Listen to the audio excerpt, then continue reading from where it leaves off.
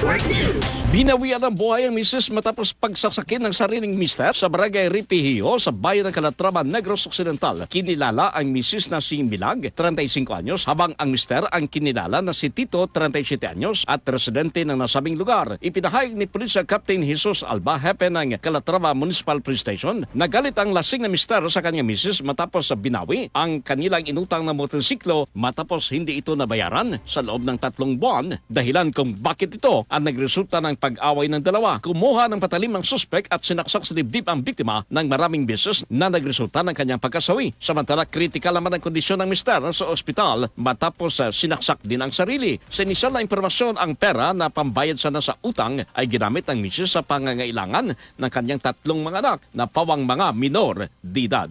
Kasama mo sa RMN DYHB Bacolod, Radyoman Albert Hener, Tatak Karamen. RMN Network News.